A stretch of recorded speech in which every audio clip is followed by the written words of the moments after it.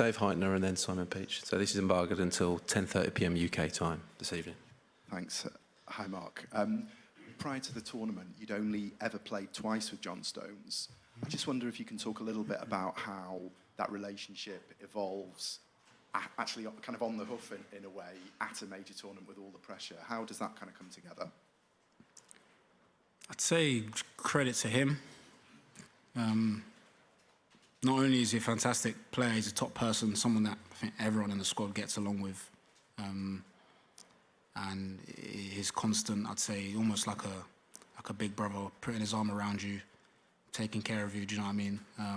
But yeah, I'm going off him in a way. He's leading it, he's orchestrating things, and I'm just learning off him every single day. So, you know, it's a joy to play with him. Do Simon then Matt. Hi, Mark. I know this was before your time, but some of us here were expecting us to beat Iceland in the last 16, 8 years ago. And obviously, that didn't go very well for England. There's not going to be any sense of complacency, or, I mean, how is the mindset? Is it just focusing like you're playing France or the best teams in the tournament? Yeah, I've said it in just other questions as well. I think every single team is a threat, and it's understanding that, and it's being mindful of that, and going into these games with that same focus. So I think if we do that, we'll be okay. Matt. Hi, Mark. You once took a pretty unique penalty in a shootout for Chelsea in the UEFA Youth League that went quite viral on the internet. Have you ever done that since, and would you be brave enough to do that if a game went to penalty shootouts in the knockout phase? Never. Never ever again. Well, I think that's going to stay wherever it is. Like you say, if keepers, you know, have a look on the internet, I don't think they're, you know, searching me up on Google or anything anyway. But yeah, that's just going to stay where it is. Never. I don't think it's going to come out ever again, to be honest. Have you practiced any penalties for the threat of a penalty shootout yet? Yeah, we've been doing a lot of work. I think the work's going really well across the team with the penalties. You know, it's important to make sure that you're ready. And just one more, sorry.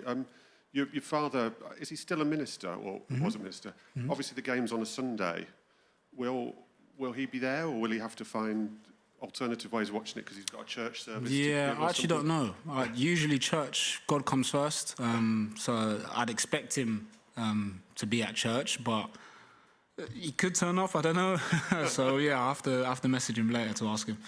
Cheers. Thanks, Matt. John Northcroft and then Charlie and then Craig. Hi, Mark. I had exactly the same idea as Matt. I was going to ask about that penalty, and it was like an Ivan Toney one, wasn't it? But better. Yeah. I just wondered what the psychology of penalties is from your point of view. And further, again to Matt, what's the practice been like? Are you doing it at the end of training? Are you doing it every day? Can you tell us anything about that?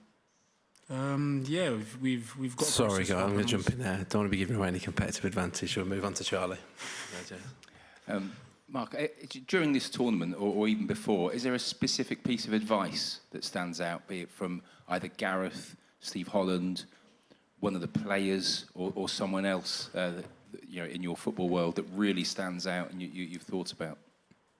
I'd say every day. I get told this every day. I tell myself sometimes, but it's difficult. It's not to be too hard on yourself, because I'd say I'm very, very critical of myself. I'd say from a young age, I've always tried to make sure I've, you know, been the best that I could be. And especially when you're going through the ages, football gets a lot harder. So I'd say not to be too hard on yourself, because I can be sometimes. Has Gareth said that to you, or specifically when you've spoken to him? Yeah, we had a brief conversation about it in one of the last games I played. Just joking around, saying not to beat yourself up. But yeah, I think that's a big message for me in my career for sure. Thanks, Charlie. Craig, and then we'll go to Andy Dunn. Hi, Mark. There was a pre-tournament narrative that England couldn't win this tournament with what was increasingly looking like a makeshift defence. Were you guys aware of that before the tournament?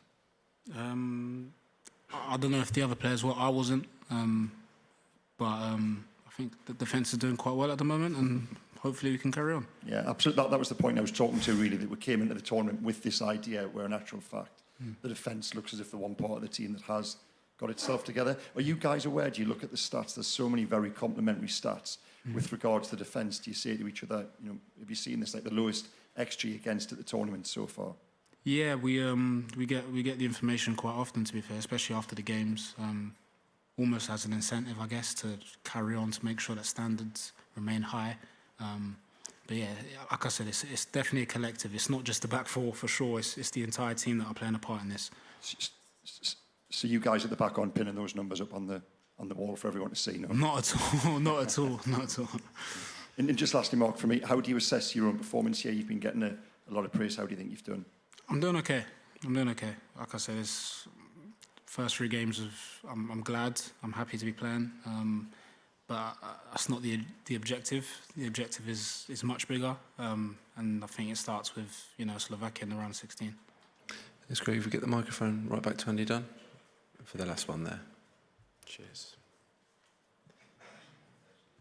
Hi, Mark. Hi.